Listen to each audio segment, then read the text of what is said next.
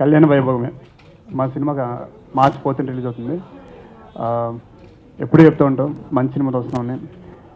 And ఈసారి కూడా చెప్తున్నాను, చాలా మంచి సినిమాతో వస్తున్నాను. ఎందుకంటే ఒక పిల్లోడు ఎగ్జామ్ రాస్తే ఫస్ట్ టైం ప్రతిసారి ఫస్ట్ ర్యాంక్ రావడం అంత కష్టం, మేము తీసి ప్రతి సినిమా హిట్ అవ్వడం కూడా అంతే కష్టం. సో మా ప్రయత్నం మేము చేసాము. And it's very good movie to watch with friends family ఎవరితో చూడొచ్చు. So please do watch it in theatres. So March 4th వస్తున్నాం. నందిని రెడ్డి గారు ఒక ఎంతో కసితో చేసిన మూవీ అండి. అండ్ ఫ్రమ్ పాస్ట్ 4 మూవీస్ నుంచి నేను కూడా అంత ఆడలేదు నా సినిమాలు కూడా. అండ్ ఒక మంచి టీంతో వస్తున్నాం, కళ్యాణ వైభవమే. అలా మొదలైంది టీం, ప్రొడ్యూసర్ రంజిత్ మూవీస్ నుంచి. అండ్ దాము గారి గురించి చెప్పాలంటే he's a genuine and daring and dashing producer అండి. నిజం చెప్పాలంటే ఆయన ఒక చిన్నపిల్లడు, చాలా మంచి ఆయన. నమ్మితే ఆయన కోసం ఏమైనా చేస్తారు, నమ్మకపోతే అసలు పట్టించుకోరు. సో స్క్రిప్ట్ని నమ్మారు, దాని తర్వాత ఎన్ని కష్టాలు వచ్చినా సరే భయపడకుండా జంకకుండా షూటింగ్ అలా కానిచ్చి ప్రస్తుతం రిలీజ్కి రెడీ అయ్యాం. It's only because of Damu గారు. Hats off to you sir. And ఈ movie music director Kalyan Malik గారు ఒక అద్భుతమైన సాంగ్ ఇచ్చారు నాకు, ఊహలు గుసగుసలాడే. అండ్ అదే తరహాలో రెండో సినిమా, అండ్ దిస్ ఇస్ 2016, దానికంటే పెద్ద హిట్ అయ్యే సాంగ్స్ మనసంతా నువ్వే అనే సాంగ్ ఇచ్చారు. అండ్ ఫుల్ ఆల్బమ్ పెళ్లి సాంగ్ అండ్ పబ్ సాంగ్స్ ఇవన్నీ చాలా పెద్ద హిట్ అయినాయి. అండ్ టాప్ చాట్ బస్టర్స్లో టాప్ 5లో ఉన్నాయి ఇప్పుడు. And thank you so much sir. And ఇప్పుడు ఆయనతో తోడి మూవీ కూడా చేయబోతున్నాను. అండ్ నందిని రెడ్డి గారు, వీడి గురించి అని చెప్పడం చాలా తక్కువ అండి. ఎందుకంటే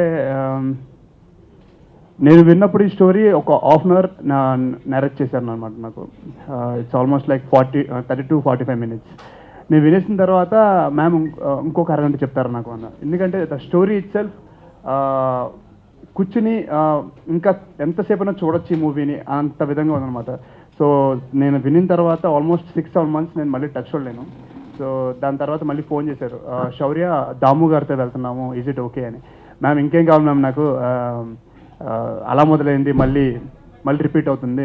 సో డెఫినెట్లీ ఓకే మ్యామ్ అని చెప్పి నేను షూటింగ్ ముందు ఒక 2 days ముందు మళ్ళీ కలిసి అగ్రిమెంట్ చేసి అప్పుడు స్టోరీ విని దాని తర్వాత ఇంకా third meeting we are in shoot అనమాట. సో అంత నమ్మడం అనేది బేసిక్లీ చాలా కష్టం. ఎందుకంటే ఒక ప్రతి హీరోకి సినిమా ఫ్లాప్ అయ్యే కొద్దీ వచ్చే మూవీ డైరెక్టర్స్ కానీ ప్రొడ్యూసర్స్ కానీ బ్యాక్ వెళ్ళిపోయే రోజుల్లో అలాంటిది నాకు 2-3 సినిమాలు మూవీ ఫ్లాప్ అయినా సరే జంకకుండా స్టోరీ మీద నమ్మకం పెట్టుకుని ఆ స్టోరీకి సరిపోతా అని చెప్పి ఆ ఒక నమ్మకం నా మీద పెట్టుకుని అంటే ఎటువంటి డివియేషన్ లేకుండా నాకు వెళ్ళినందుకు thank you so much ma'am. And heroine Malavika గురించి చెప్పాలంటే షీఈస్ ఎ కిడ్ అండి. యాక్చువల్లీ తను సెట్లో చాలా సైలెంట్ ఉంటుంది, నేను కొంచెం గోలగోల చేస్తూ ఉంటాను.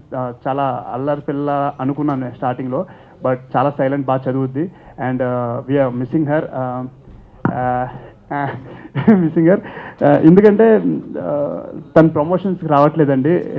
చూసిన చాలామంది ఆడియన్స్ అనుకుంటారు ప్రమోషన్స్ ఎందుకు రావట్లేదని. సో ఏమనుకోదు, తనకి ఎగ్జామ్స్ ఉన్నాయండి.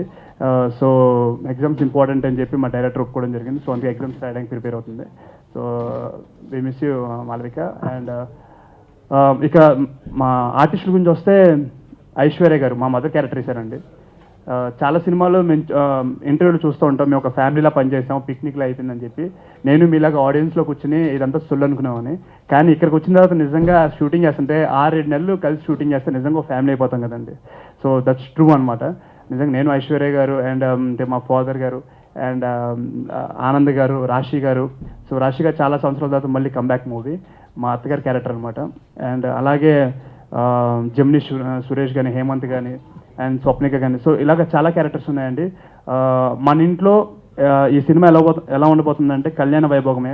మనకు మామయ్య, మనకు అత్తయ్య, మనకు ఫ్రెండ్, మనకు చెల్లి, మనకు తమ్ముడు, సో మనకు అమ్మమ్మ, మనకి బాబాయ్, మామయ్య, ఇలా ఎంతమంది ఉంటారో అంతమందిని మన క్యారెక్టర్లో సినిమాలో మనం చూసి ఇతను మన గిరిబాబాయ్లో ఉన్నారు కదా, ఇతను మన సురేష్ బాబాయ్లో ఉన్నారు కదా, ఇది మన అలా అనుకునే చూసుకుంటారు. అండ్ ప్రతి ఒక్కరిని ఇంప్రెస్ చేస్తుంది మూవీ, ఎవరిని డిసప్పాయింట్ చేయదు. It's for me it's waiting. 2016లో స్టార్టింగ్లో మూవీ ఫ్లాప్తో ఎంటర్ అయ్యాను, నాకు తెలిసి సక్సెస్తో ఎంటర్ అవుతానని చెప్పి ఆశిస్తున్నానండి. And thank you so much media మిత్రులందరికీ ఇప్పుడు సపోర్ట్ చేసినందుకు. And please do support me. Thank you so much. Cameraman గురించి చెప్పాలంటే first day and shoot shoot జరుగుతుంది, లైట్లన్నీ ఒక పక్కన పెట్టారనమాట. ఓ రూమ్లో మొత్తం అంతా లైట్స్ పెట్టేసి ఉంచారు. మ్యామ్ శౌర్య రెడీ రెడీ అంటే నేను వెంటనే పరిగెట్టుకుంటా రూమ్లోకి వెళ్ళి, ma'am okay ma'am take ma'am అన్న. అంటే బేసిక్లీ లైట్స్ ఉన్న చోట మా ఒక యాక్టింగ్ జరుగుతూ ఉంటుంది ఎప్పుడైనా సరే కెమెరాస్.